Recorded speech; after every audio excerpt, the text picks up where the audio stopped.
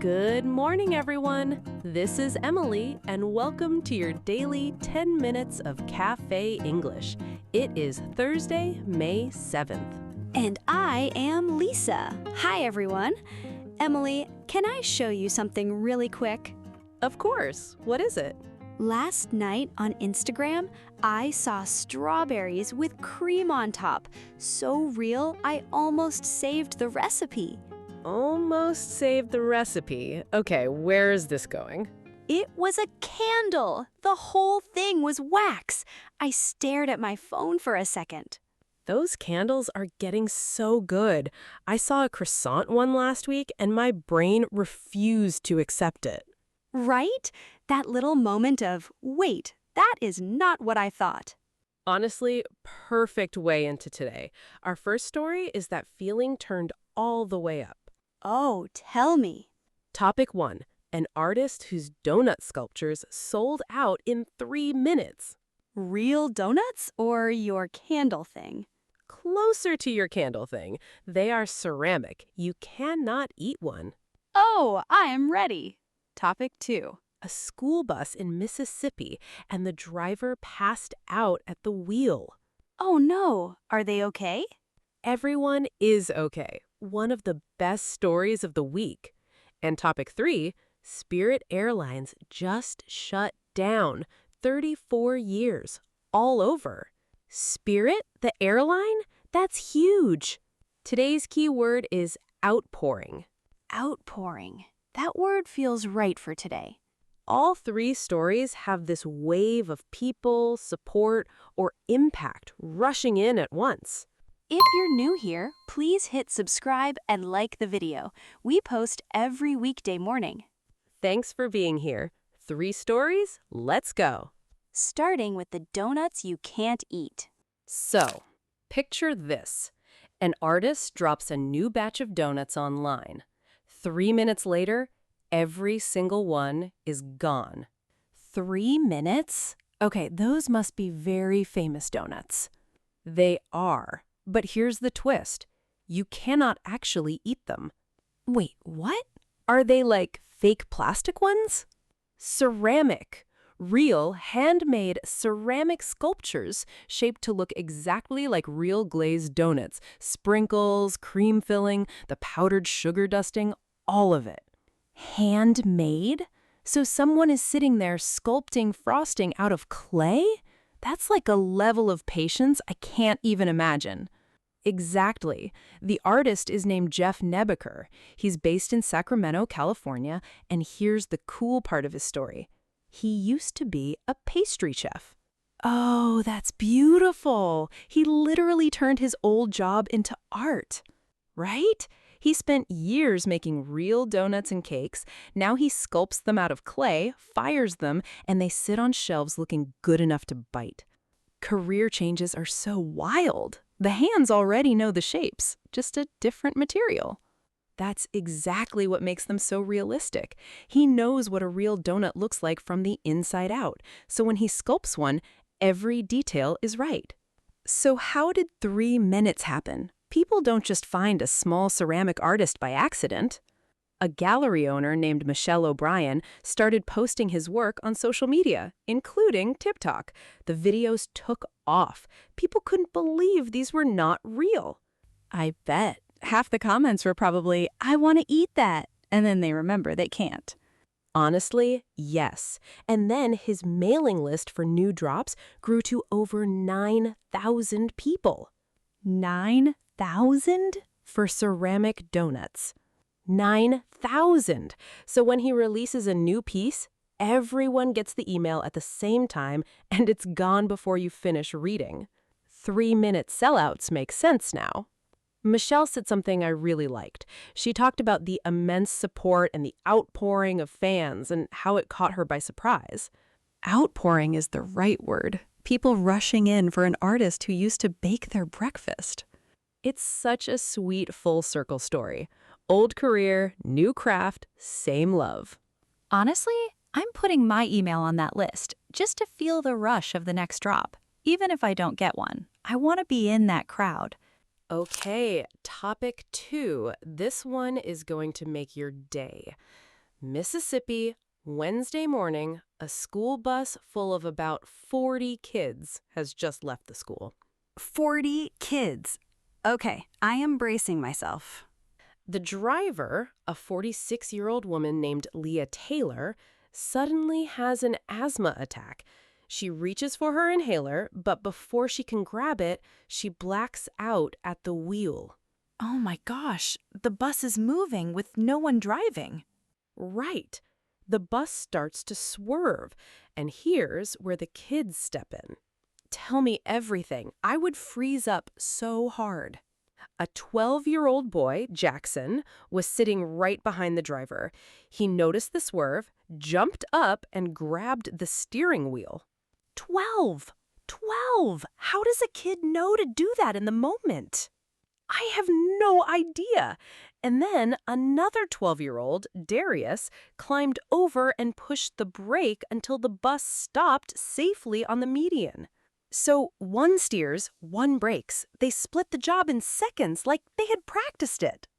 And then Darrius's older sister, Kayleigh, who's 13, ran from the back of the bus and called 911. Wait, his sister was on the same bus? That gives me chills. A brother and sister doing two different parts of the rescue? It really does. And one more student took the inhaler from Miss Taylor's hand and helped her use it. 4 kids, 4 roles. No panic, no fight over who does what. That is the part that gets me. They just knew what needed to happen. And Miss Taylor recovered fully, by the way. She's okay. Oh, thank goodness. That's the part I needed. She said something afterward that I keep thinking about. She said, "I'm grateful for my students. They're the ones that saved my life and everybody else's on that bus." That sentence right there from the person who blacked out about the kids who took over. The school threw a pep rally for them on Friday, and there's a celebratory lunch coming up the next week, too. Honestly, name a building after these kids. The whole town must be so proud. An outpouring of pride from the families, from the school, from the whole community. I needed this story today. The grown-ups are usually the ones telling kids what to do, and this morning, it was the other way around. Last topic, and this one is a big one.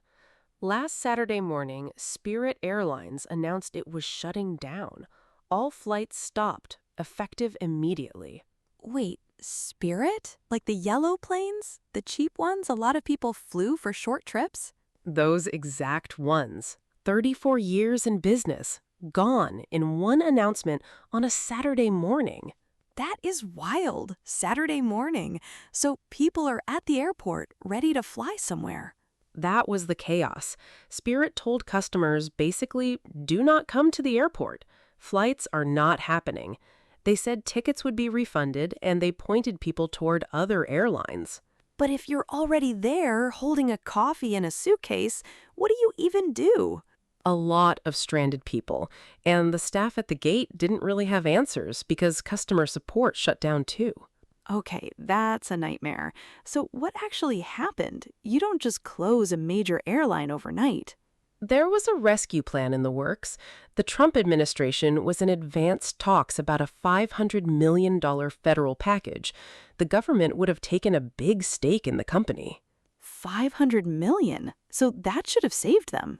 It would have, but the main creditor group, the people Spirit owed a lot of money to, they rejected the deal. And once that fell apart, Spirit had nothing left. One no, and the whole thing collapsed. Pretty much. Now, this is the part that hit me. 17,000 people lost their jobs, and the employees got the news only 1 hour before the public did. 1 hour. That's barely time to call your family, let alone figure out anything else. Right. And industry-wise, it's the first big U.S. airline to fold in 25 years. 25 years? So this is genuinely a milestone. There's one warm part, though. Other airlines stepped up almost right away. Some flew Spirit crew members back home for free, and a few said they would prioritize Spirit staff in interviews. Okay, that helps. An outpouring of help from rivals. Exactly. 17,000 people are still hurting, but the industry is showing up for them. I think next time I book a flight, I'll pause for a second. The cheap ticket is not a small thing anymore. There are real people behind every seat. Okay, that was today. Let us look back together. 3 stories, all very different, but the thread was clear. Before we go through them, let us settle today's key word: outpouring. It's a sudden, strong flow of feeling or support pouring out from many people at the same time. Got it. So like that big rush of support, all coming out at once, from a lot of people, all together. Exactly. And once you hear it that way, you can feel it in all 3 stories today. Let's go through them. We started with a former pastry chef in Sacramento sculpting ceramic donuts so realistic that 9,000 people are waiting on his email list. New batch sold out in 3 minutes. An outpouring of fans, all rushing in for one artist. Then we went to Mississippi. A driver lost consciousness and 4 kids on a school bus took over the steering wheel, the brake, the 911 call, and the inhaler. Everyone walked away safe. An outpouring of pride from a whole town all at once. Then we ended with Spirit Airlines. 34 years gone in one Saturday morning. 17,000 people lost their jobs, and other airlines started showing up to help right away. An outpouring of support from rivals all together. 3 very different waves, but every one of them was that same shape. A lot of people rushing in at the same moment. Outpouring. 1 word, 3 pictures in my head now. So here's what we want to know. Of the 3 stories today, which outpouring stayed with you the most? The fans rushing in for the donut artist? The town cheering on those middle schoolers? Or the rival airlines stepping up for Spirit's cruise? Drop it in the comments. We read every single one. For me, it's the kids on the bus. 12-year-olds, all moving at once. I can't stop thinking about that. And if you're new here, please hit subscribe and like the video. We post every weekday morning, so the next cafe chat is always ready right when your coffee is. See you tomorrow, friends! May your day have a small wave of something good headed your way. See you tomorrow, everyone! See you tomorrow!